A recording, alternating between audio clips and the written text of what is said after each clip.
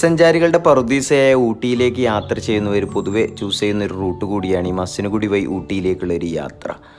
പൊതുവെ മലപ്പുറം ജില്ലയിൽ നിന്നൊക്കെ യാത്ര ചെയ്ത് വരുന്നവർ നാടുകാണി ചുരമൊക്കെ കയറി ഗൂഡല്ലൂരിൽ നിന്ന് നേരെ ഊട്ടിയിലേക്ക് പോകാറാണ് പതിവ്. എന്നാൽ കാടിൻ്റെ ഭംഗിയും മുതുമലൈ ടൈഗർ റിസർവിൻ്റെ വന്യമൃഗങ്ങളുടെ ഒക്കെ കാഴ്ചകളൊക്കെ കണ്ടുപോകാൻ താല്പര്യപ്പെടുന്നവർക്ക് പൊതുവെ ഏറ്റവും അനുയോജ്യമായിട്ടുള്ള റൂട്ടും നല്ല അനുഭവങ്ങളും നൽകുന്ന ഒരു യാത്രയായിരിക്കും ഈ ഒരു മസ്സിനഗുഡി വഴി ഊട്ടിയിലേക്കുള്ളൊരു യാത്ര.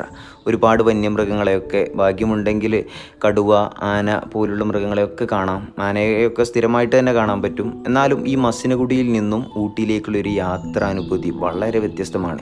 ഈ യാത്രാ വഴികളും ഈ ചുറ്റും നീണ്ടുപരന്ന് കിടക്കുന്ന പശ്ചിമഘട്ട മലനിരകളും നീലഗിരി കുന്നുകളും ഒക്കെ കണ്ട് അതിൻ്റെ താഴ്വാരത്ത് നീണ്ടുപരന്ന് കിടക്കുന്ന മുതുമലൈ വനമേഖലയും ഒക്കെ കണ്ടുകൊണ്ടുള്ളൊരു യാത്ര നൽകുന്ന അനുഭൂതി വളരെ വ്യത്യസ്തമാണ്.